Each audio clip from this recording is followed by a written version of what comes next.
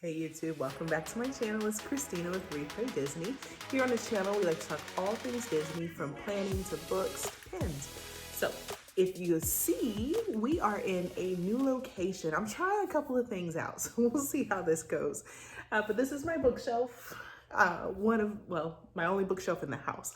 But this is my bookshelf, and I have got to figure out my organizing. I got a lot of Disney stuff on here. Let me show you the top really quick. Way up there. Keep going, keep going, keep going. And way up there at the top, you have my alien popcorn bucket, my Belle and Beast cups, and some Funkos that I got for Christmas. But one day I'll film and talk to you about everything that's on my bookshelf. But for today, we are here for Rebel Rose, right? Yeah. Okay. Hold on. I need a drink of tea. Not that kind of drink. Although there were times in this book I felt like I needed a drink. Okay, so if you are new here, thank you for joining. Go ahead and hit that like and subscribe. I really appreciate it. Comment down below. Give me a shout. If you are coming back and you're enduring me one more time, thank you, and welcome. So, Rebel Rose. Okay, first of all, I took the dust jacket off. I'm not a fan of, they get in the way. That's just me personally. I keep the dust jacket, but they get in the way. So here's Rebel Rose, and this was the spine of it. Okay. Last time we left, I was on chapter 5, or about to start chapter 5. I had just finished chapter 4. And today I am on page 86.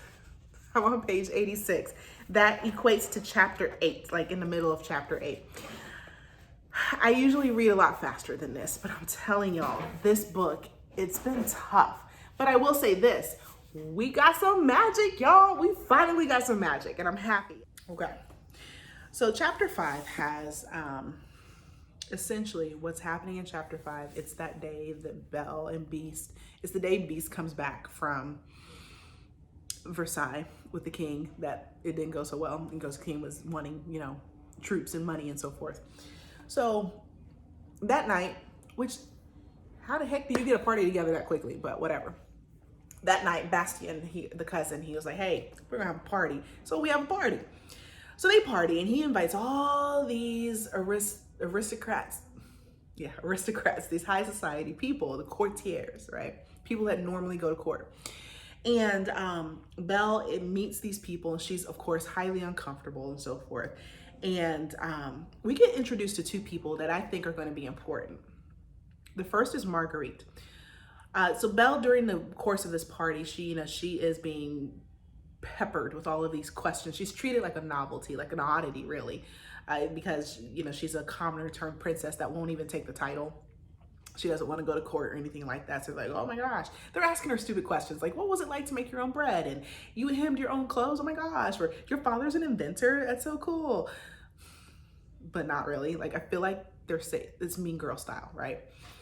So anyway, Belle, she steps away. And when she steps away, she meets Marguerite. Now, Marguerite, I think she's going to be interesting because she's a Black woman in France. And we know this because it says that she has warm brown skin, long curly hair, or tightly curled hair. She's Black. So Marguerite's side backstory really quick. Marguerite's at this party because her brother is at the party, and he dragged her along with him.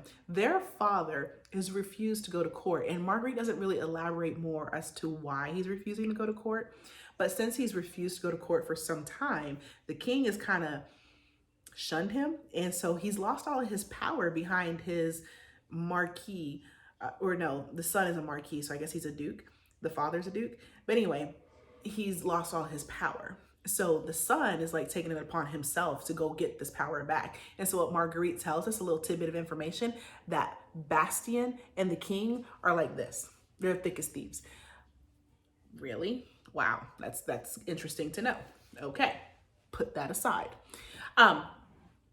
But she doesn't go into further details because before Belle could even get more information from her about that, Belle's pulled back into the party. So the next person we meet that I think is going to be kind of important because he kind of goes back and forth. He's our little antagonist at this point of this chapter, not of the story. But he is the Comte de Comfort.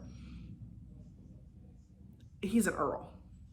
Those two words didn't even make sense, but it's French, so whatever. I had to Google that. So anyway, the Earl is kind of going back and forth. He's challenging Belle. You know, they're all talking and why she doesn't want to go ahead and be a part of the court. And she's like, I don't want to do that. And he's like, well, if you're not going to do that, if you're not going to be part of the court, then what's your plan? You know, what are you going to do? Or the party people at the party are like, what are you going to do? And Leo steps in and kind of says, well, she's going to host salons in Avion. And salons are like this kind of like this party. And so they're asking her, well, what kind of salons are you going to host? And she goes, well, I'm going to bring in philosophers and teachers and scientists and artists and novelists and anybody that has a good idea, you know, people that we want to learn from. And they're like, oh my gosh, why would you do that? And she's like, well, because forever and ever, all you rich people have been previewed to education, whereas commoners don't get that education. So that's the first thing I'm going to do. I'm going to let anybody come to my salon and we're going to learn from each other. And the guy's like, why would you even do that? So they're going in this back and forth battle of why that's even relevant and that's not her place kind of thing. And Leo kind of steps in a little bit, but he doesn't aggressively say anything. The one that kind of stops this is Marguerite, you know, and she kind of puts them all in their place. Like, look, she can do whatever she wants to do. Right. So Bastien, you know, the ever crowd pleaser, he comes in, he's like, oh, I'm so tired of politics. Let's not talk about politics anymore. Let's go to this room and drink. And they're like, okay. So they're all trotting off and Leo and Belle are kind of behind. Belle says thank you to Marguerite, and Leo and Belle decide to retire for the evening, so to speak. That's that, you know, like it's interesting. But what we also find out is that Belle and Beast, they have not spoken about the curse situation for at all. I wouldn't even say some time. It seems like they haven't talked about it at all. Like they let that sleeping dog lie. But it's coming back. So, not like the Beast is coming back, but the fact that they haven't addressed their problems in their relationship is coming back to them. So then chapter 6 goes into, that was chapter 5. So chapter 6 is the next day. And of course they're eating breakfast. And just like with every daggone fairy tale, somebody gets summoned. So Leo gets summoned to court and he's like, oh my gosh, I don't want to go back. And Bastien, and so Belle's like, do I need to go? Because I really don't want to go. And Bastien's like, look, your name ain't even on invitation. So no, you don't need to go. So he's like, Bastien's like he's really curt with her, you know? And you're like, dude, what's your problem? Yeah. Anyway, so Belle decides to take this opportunity since Leo's going to be gone for a few days because evidently at court, whatever they didn't get to finish, the king wants to finish. And so they're going to go, he's going to be gone for a few days. And so Belle's like, yes, hey, Lumiere. He's like, what's up, mademoiselle? She's like, hey, go find me some macaroons, the best one in Paris. He's like, boo, I got you, I'm gone. And she uses that time to sneak out. You don't have to sneak out, Belle. But anyway, she sneaks out, right? So she leaves. She doesn't tell anybody where she's going because she's just going to go walk the streets of Paris and let her feet guide her and take her. And really, here's our magic because they do. So she's being pulled. She's feeling herself being pulled and urged toward a particular direction. And so she gets to this shop and it's a shop of mirrors. Dun, dun, dun. Yes. Magic, y'all. Okay. So it's the shop of mirrors. I don't think I need to tell you who owns the shop because actually it's never said. She's not even mentioned, but I did skip to the back of the book. I don't know if y'all do that too. I kind of cheated and read the last few lines. So I do know the witch's name. But anyway, so she's in this shop. Belle's in this shop. and it's a shop of mirrors, and she's sensing the magic, right? She feels like, I don't think I want to be here because this was that kind of magic that happened to turn my man into a beast. So I don't know if I want to deal with all this. But for some reason, she keeps walking through. So the whole shop's full of mirrors, and there's this table with a little bitty mirror that looks like the mirror that the beast gave her. Why would you pick it up? But she picked it up, right? You just said, I don't want to be a part of this, but then you still pick it up. So she picks up the mirror and she's looking at it and nothing happens. And she's like, okay, good. And the woman tells her, the shop owner that's just majestically standing there in all of this beautiful glory. She's standing there looking at her and she's like, why don't you ask it a question? And Belle's like, I don't want anything, because remember, that's how the mirror worked before. It showed her what she wanted. And she's like, all of my heart's desires are fulfilled. Her dad's good. Belle and Beast are happy. Avion's fine. The castle's fine. So then the shop owner, she goes, why don't you ask about your future? And Belle's like, ooh, that's a bad idea. Show me my future. Like, literally, that happened in 2 lines. I don't know. Show me my future. Come.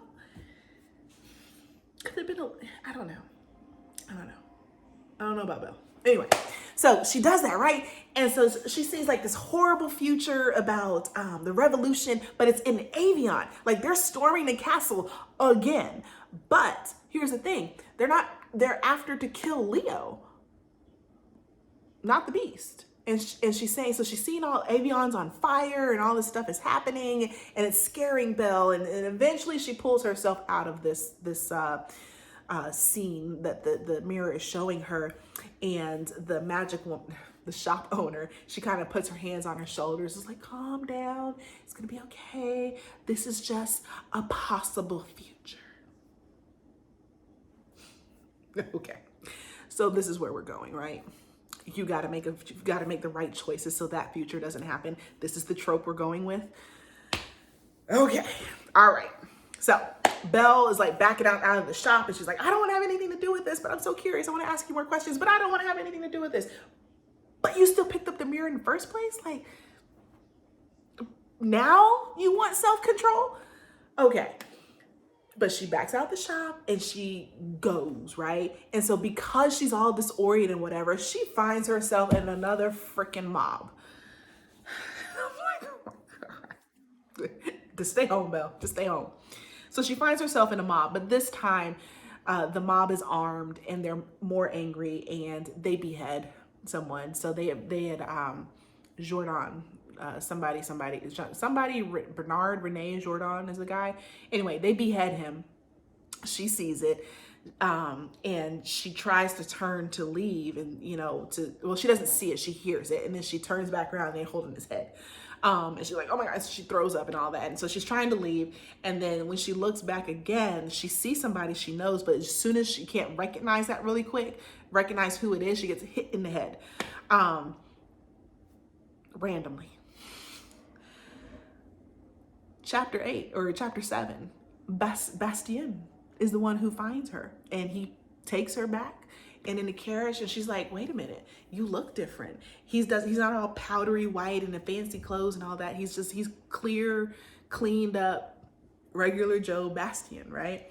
And even his clothing has been toned significantly down. So you wonder, why were you there? Why are you blending? Because remember, he's like a peacock. He wants to be Mr. Socialite all the time. But anyway, so he picks her up and she even questions it, but she's feeling so out of it, she just doesn't go any further. Like, okay. So anyway, they get back and so they agreed not to tell Beast or Leo the whole story. And because he's not gonna be back for a few days anyway, her wound will be cleaned up, he's standing outside. He left Versailles because the king was too occupied with what was happening that night before. So he just kind of skedaddled out of Versailles. And so he greets them and, he's all in this rage. And what she sees is Beast, right? She sees him in literal beast mode. Beast mode. Because he's angry and upset, which it goes to show they need counseling. Like if your husband is always angry, you know, he gets upset and all of a sudden you see beast mode, like boo, y'all need counseling. Y'all might need to talk about this. But I figure that's going to play out later. We'll see. So anyway, but that's it. Like, so they talk about, you know, what happened, that she just kind of got knocked over. She hit her head, you know, they don't really go into detail. And so he's a little upset about it, but that's kind of it. And that's where I'm at right now. Now my thoughts. I know this is 13. This is long. Okay. But my thoughts. I think you know my thoughts. I'm still not feeling it. Like the little bit of magic that we got, I was hoping was going to be something completely different. I was just hoping for something more. And it was just, I need to put this here to push the story on. Okay. So 2 things. First, I really, who was our author? Thuralt. I really need you to like incorporate some sort of map or like a lineage kind of thing. Like there were too many times that I had to stop and Google French words to understand what's happening in the story. Like there's too many, you add too many characters and you don't know their titles and don't understand how they fit, because remember their titles go by place. So I may be, Count de Comfort, but that's not his actual name. You know, so it's like, it's frustrating. Very frustrating. So, tidbit, side note, if you do pick it up, be mindful that you might need to kind of remember the French Revolution and figure out where all these places are and who all these people are. That's why I think audiobooks, I think if you hear it in an audiobook instead of just reading it on paper, it's different, because the voice actor kind of carries something with that. But not too bad. I mean, we're starting to pick up pace a little bit and we're starting to get a little bit more into the story. So hopefully it's getting better. My reading has picked up a little bit. So hopefully next week we should have a little more, and this time a little more magic explanation. We'll see. Side note, Bastien, he said a beautiful woman told him where to get Belle. Put that in your pocket. So our witch or sorceress or whomever, I think it was a sorceress is what they called her in the movies. Our sorceress, she's working her way around, just saying. But anywho, I know it was a long update. I'll try to trim it back down next time, guys, but there you go. We'll see. Yeah. But thank you for joining me. If you haven't already, go ahead and hit that like and subscribe button. I really, really appreciate it. And yeah, see you on the next go round. Be blessed and have a magical day. Bye, guys.